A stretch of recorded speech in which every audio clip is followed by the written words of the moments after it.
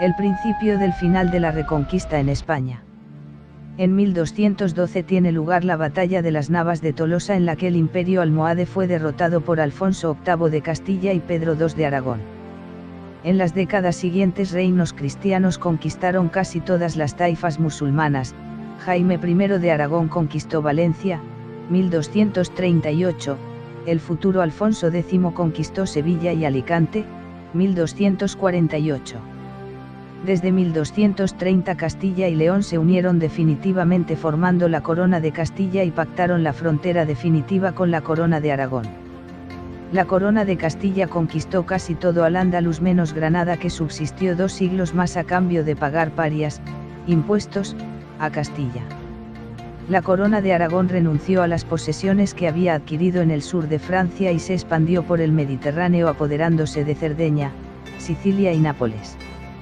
En esa época ya se usaba el término España para referirse a la cultura, lenguas, creencias y costumbres, de los territorios cristianos peninsulares, aunque estuvieran divididos políticamente en varios reinos. La entrada en la península de un nuevo imperio norteafricano, el almohade, generó inquietud en los reinos cristianos y buscaron ayuda exterior. El Papa colaboró y convocó a todos los europeos a una cruzada contra ellos. Se unieron los reinos de Castilla, Alfonso VIII, Aragón, Pedro II, Navarra, Sancho III, y cruzados voluntarios de otros reinos europeos. El reino de León y el de Portugal no lo hicieron por sus disputas con Castilla.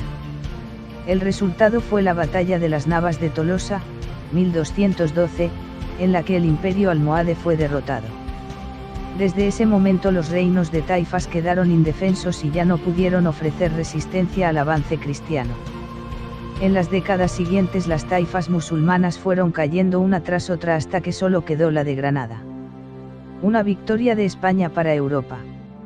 La batalla de las Navas de Tolosa fue fundamental en la historia de España y de Europa.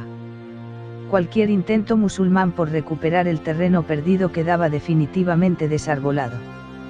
Los pasos de Castilla hacia Andalucía quedaban en manos cristianas. Las querellas entre los reyes cristianos se resolvieron en la euforia del triunfo. Vencidos los almohades, Europa neutralizaba el peligro musulmán en Occidente.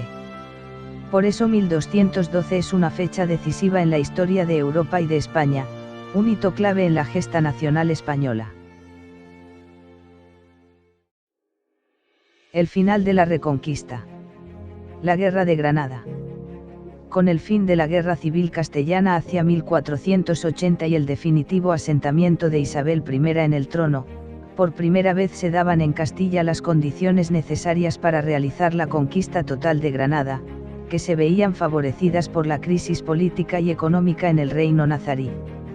Las guerras civiles granadinas eran causadas por las luchas internas entre dos facciones del poder nazarí, los partidarios del emir Abu el-Hasan Ali y de su hermano el Zagal, y los partidarios del hijo del emir, Muhammad XI, Boabdil. Este último, capturado por los castellanos, firmó con Fernando una tregua que confirmaba su vasallaje, al que posteriormente se unirían otros pactos. A partir de 1484 los reyes católicos llevaron a cabo una larga y tenaz serie de asedios en lo que se denominó la Guerra de Granada, utilizando la novedosa artillería que condujo a la toma progresiva de las plazas granadinas una tras otra. Los reyes castellanos recogieron de tiempos pasados la justificación ideológica que preconizaba la recuperación de tierras usurpadas por los musulmanes, enemigos de la fe católica, recogieron también los procedimientos militares de convocatoria, reunión y mantenimiento de las huestes, así como las ideas para lograr ayuda económica del reino a través del Papa, del clero y de los empréstitos y cortes o hermandad. De los tiempos modernos podemos enumerar el auge extraordinario de artillería, el esfuerzo para aumentar y reglamentar el número de peones y 1000 detalles más, tanto en la organización del ejército como en la técnica de combate. La guerra se convirtió en acontecimiento internacional importante, como única réplica a la agresividad turca, señaló la voluntad de los reyes católicos de convertir a sus reinos en el brazo armado de la cristiandad. Sobre el solitario reino de la Media Luna se abalanzaron las tropas de las coronas de Castilla y Aragón, en la culminación del viejo sueño de la Reconquista.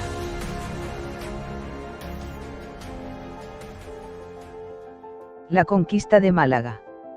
La cruenta conquista de Málaga, en agosto de 1487, privó al territorio sureño de su principal puerto y acabó para siempre con el espejismo de una posible ayuda militar de los reinos musulmanes del Magreb. La toma de Baza, en el otro extremo del reino, marcó asimismo un punto de inflexión. Quedaba claro que no se trataba de una guerra tradicional, basada en campañas veraniegas, aquella era una guerra total. Solo continuaban resistiendo Granada y algunas escasas comarcas circundantes, y fue en esta zona en la que se concentraron Fernando e Isabel. Ambos esposos, los reyes católicos, habían establecido pactos secretos con el rey granadino Boabdil por los que éste se comprometía a rendir la capital tan pronto como las circunstancias lo permitiesen. Al último sultán granadino le tocó vivir un periodo convulso en el que tuvo que afrontar sangrientas luchas por el poder entre diferentes facciones de Granada, así como la larga ofensiva militar de los reyes católicos. Sin embargo, llegado el momento, Boabdil no pudo, o no quiso, cumplir con su parte del trato.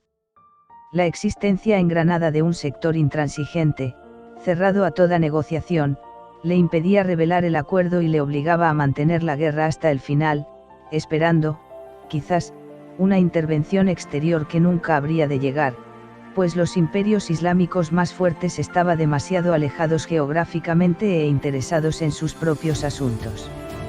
Las capitulaciones de Granada fueron muy ventajosas para Boabdil y sus súbditos, pues estipulaban el perdón para todos los resistentes, el respeto a sus propiedades, leyes, lengua e incluso religión. Sin embargo, poco tiempo más tarde, debido a diversas presiones, todo fue papel mojado y la corona impuso nuevos gravámenes e intentó convertir al cristianismo a los musulmanes.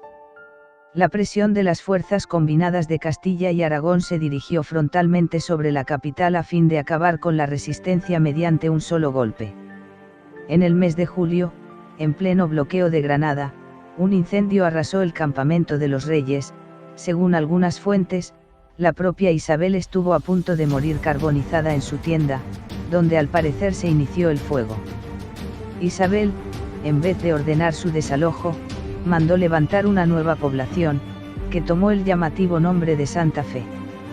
Desde esta estratégica posición las tropas castellanas podían realizar continuas razias sobre los desprevenidos pobladores de la Vega, que rápidamente fueron abandonando sus casas para protegerse tras las fortificaciones granadinas. Así, no solo se privaba a los nazaríes de provisiones, sino que los sitiadores se aseguraban de que, al aumentar sin tregua la población refugiada tras las murallas de Granada, el hambre se apoderaría rápidamente de la ciudad. Asedio de Granada. Los musulmanes, perdidas todas las esperanzas, se veían abocados a un durísimo asedio, que podía concluir como el de Málaga, con la muerte y la esclavitud de buena parte de la población. El final llegó por el hambre, por la presión militar y, por supuesto, por el soborno a varios notables cortesanos nazaríes, a los que se prometió conservar sus propiedades y su posición social y concederles determinadas mercedes. El 25 de noviembre de 1491 se formalizaban las condiciones de rendición o capitulaciones en el campamento real de la Vega, cerca de Santa Fe. El 2 de enero de 1492 las tropas cristianas entraron en la ciudad, precedidas por varios destacamentos que tomaron las principales fortalezas y torres del recinto amurallado. Tras año y medio de continuos combates, el 2 de enero de 1492 se producía la rendición de Granada. Boabdil el Chico tuvo que entregar las llaves de la ciudad a los reyes católicos. Boabdil se trasladó a la zona de las Alpujarras, no sin antes derramar amargas lágrimas por la pérdida de lo que había sido su reino, haciendo célebre la frase que le diría su madre que dice: llora como mujer lo que no ha sabido defender como hombre. Más tarde se trasladó a Marruecos, poniendo fin a 8 siglos de reconquista. Con la reconquista de Granada en 1492, finaliza la época de dominación musulmana en la península ibérica y se fortalece España como potencia mundial. Desaparición del Emirato Nazarí. Es importante saber cómo se cumplieron las capitulaciones. Para el musulmán vencido se abrían dos caminos: emigrar o permanecer. Para irse hubieron muchas facilidades de transporte hacia África.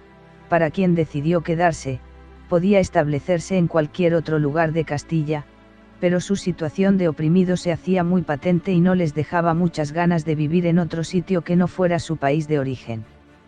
Entre vencedores y vencidos hubo, especialmente durante aquellos primeros años, un verdadero abismo cultural e ideológico. La desaparición legal de Granada como sociedad islámica ocurrió entre 1499 y 1501. Los acontecimientos que acaecieron estos años son absolutamente originales en sus motivaciones, alcance y generalidad. Los mudéjares no recibieron garantías suficientes que aseguraran su vida dentro del Islam como hasta entonces, por lo que viéndose amenazado se dio una conversión en masa de los moros de los arrabales y la Vega granadina. Los alpujarreños, por otro lado, se alzaron en armas en 1500, a lo que sucedieron más alzamientos en Níjar y Belefique, en las serranías de Ronda y Villaluenga. Para julio de ese mismo año, los reyes católicos habían pacificado las sublevaciones granadinas, y prohibieron a todos los musulmanes su estancia en el país, para no estorbar el adoctrinamiento de los cristianos nuevos o moriscos. Así pues, destruyeron todos los libros islámicos y forzaron las conversiones. En la repoblación cristiana, la corona tuvo el control sobre las casas y tierras, se podían comprar las tierras y se hizo un reparto reglamentado de estas en todos los lugares donde la población musulmana hubo de salir a tenor de las cláusulas de las capitulaciones. Por último, debe tenerse en cuenta la alteración que la conquista y sus consecuencias introdujeron en el sistema económico del país. Hubo un gigantesco trasvase de bienes acompañado de la sustitución parcial de la mentalidad y unas técnicas del quehacer productivo, por otras. En el ámbito agrario lo musulmán y lo castellano coexistieron durante años. Con la conquista de Granada, los reyes católicos pusieron fin a 8 siglos de dominio político musulmán en la península, concluyendo el proceso secular que se conoce como Reconquista, definidor en gran medida de la evolución política, económica, social y cultural de los reinos ibéricos durante toda la Edad Media.